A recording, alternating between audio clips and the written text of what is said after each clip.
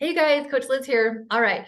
This week, I want to talk to you a little bit about the word longevity. Now, you are on your health journey. Health journey is not a destination. It's not a race on how fast you can get to a certain number on the scale. It is a journey, a transformation of your lifestyle. So once you started your health journey, you probably had some goals of maybe losing a certain amount of weight, getting some more energy, maybe getting off of medication. And along the way, hopefully you've been changing some habits. So I want you to think about where you are today versus where you were when you started. What habits are easier for you now? What is more automatic for you? What can you see implementing into your life, into the next phase of your health journey? And what things are you still struggling with? That is a great question to ask so that we can address those issues now and help them become more automatic as you move into that next phase of your health journey. All right, there's a couple places I want you to check out this week to learn more about longevity.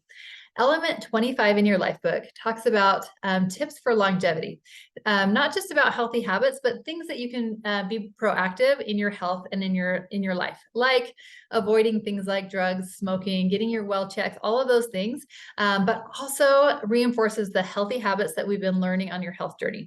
Also, element 24 talks about consciousness. That's a big thing that we're working on during your health journey, is becoming more conscious of your thoughts and your actions so that you can be proactive in your life.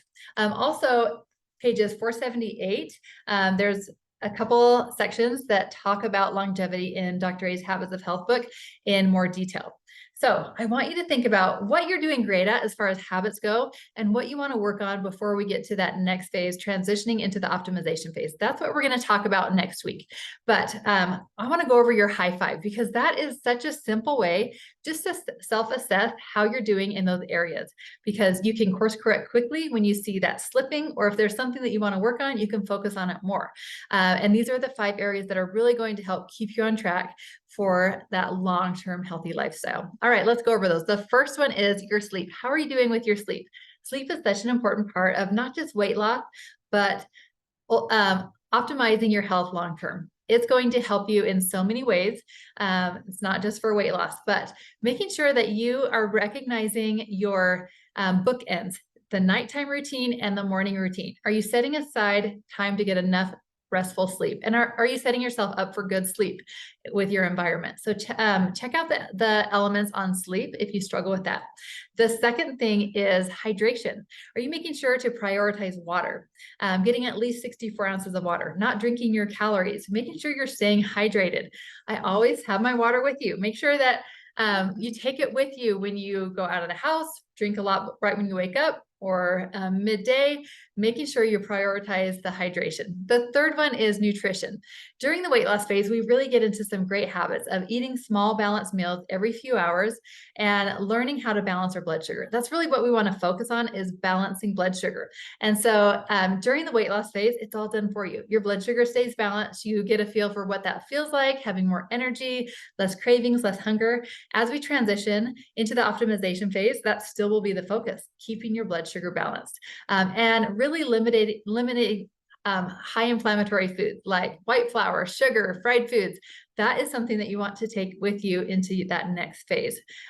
Making lean and green a priority, looking for lean protein and vegetables most often, and then keeping that blood sugar balance. When you do add in something else, making sure you add protein with it. We'll go over that more next week also. The next one is exercise. If you're not currently exercising, let's start with walking. Walking is a great exercise. Even 20 minutes a day of walking can add years to your life. So make walking a priority. Also, weight training is so good for you as you age, because naturally you lose muscle as you age. So working in some resistant training into your exercise can be really beneficial in regards to longevity. And find something that you love to do. It doesn't have to be walking. It could be pickleball. It could be hiking. It could be bike riding. Something that you will keep up with is important. And the fifth one is mindset. How are you doing with managing your stress, processing your emotions, or what do you do to buffer? So recognizing that, becoming conscious of how your brain works and learning to change that by just changing your cues and your habits. And so there's great elements in your life book about that also, but becoming aware of your habits and your thoughts so that you can be able to change those things that are not serving you. So that's your quick high five check. I want you to think about how you're doing with your healthy habits right now, what you might want to work on to change before you get to your optimal weight, before we transition into the optimization phase. That's a great time to recognize things that you want to focus on and form those habits so that it's easier to stick with in that next phase.